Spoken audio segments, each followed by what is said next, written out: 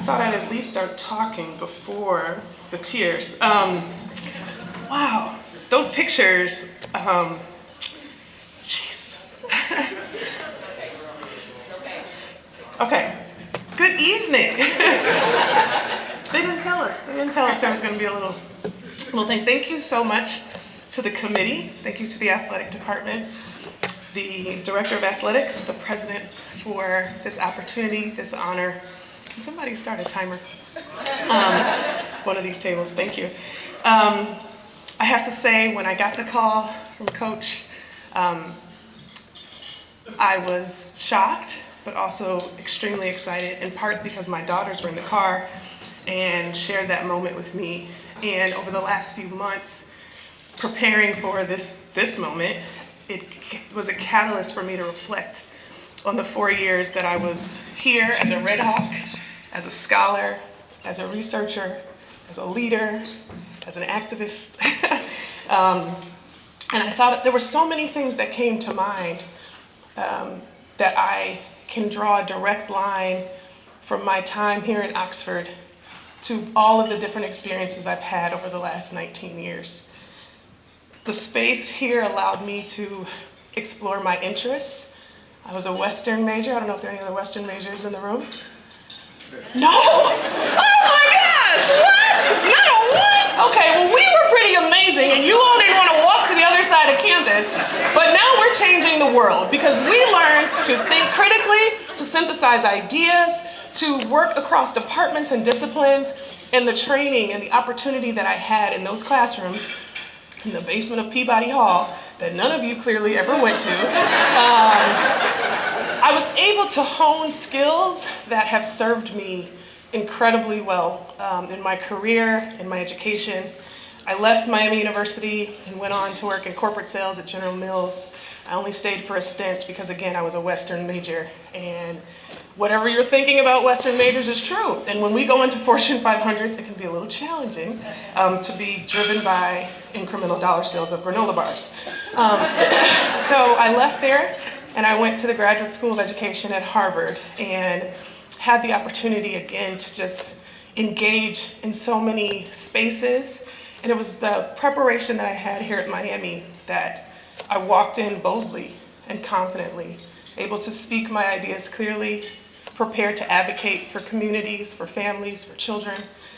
And I was able to do that so well because of what I experienced here at Miami. Where are we at on time? We're good? Okay. My team was my first foray into what I would consider community organizing, social justice. I didn't have the language at the time for what we experienced together as a team, but we supported one another, we encouraged one another. There were so many moments where at any point we were like, we're done. And in fact, my senior year, I was like, I'm done. And it was Erica Barnett and Rashida Malcolm and Bernita Johnson and Erica Harper who said, we have to finish this together. And I was on hiatus in my dorm room. And they would knock on my door at 3:15, we're going to practice. I'm not going today. And I look back on that moment and I'm so appreciative of all the different people who saw something in me that sometimes I didn't see in myself, which of course means I have to mention David Graham, who I didn't know what his title was. I thought he was just there for us. I just said, David Graham, you talk to other athletes? I thought you were just there for me and my friends because he was such a mentor, a supporter, encourager.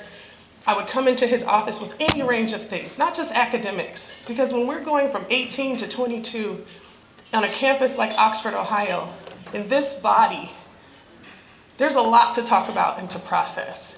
And I was able to move through this space successfully, purposefully, because of people like David Graham, my teammates, excellent faculty.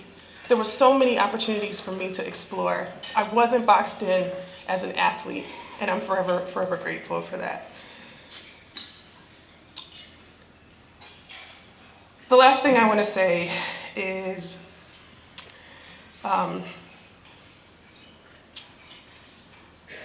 when I think about legacy and the legacy that we leave behind all of us. Oftentimes we think of our children. This is now a very tangible piece of what I can say is part of my legacy. But if I would pass anything on to my daughters who are sitting here, that again directly links back to my experience here at Miami, is number one, choose a great institution that prepares you. I can go anywhere in the world and talk about Miami University. Also to find community, to find your people. Again, there were so many moments here where I wasn't sure if this was the place for me, but I found my people. And those communities of support and care are so critical. And then last, I was often questioned about my heart, my dedication to the sport. I was blessed that I could step into the ring and launch it, as you saw. And I had coaches. Coach Carsey's not here right now, but the strength and conditioning coach who would push me and challenge me and let me know, remind me, you can throw farther. I'm like, I just broke the record. Why do I need to throw even further? But there were people who were challenging me and saying, I see something in you that even if you can't see it in yourself, we know that you can go further. And so to listen, the people who care about you, who love you, they can see things in you. Listen to them, believe them. I'm so appreciative, again, of this honor, this opportunity to be in front of you. Go Red Hawks.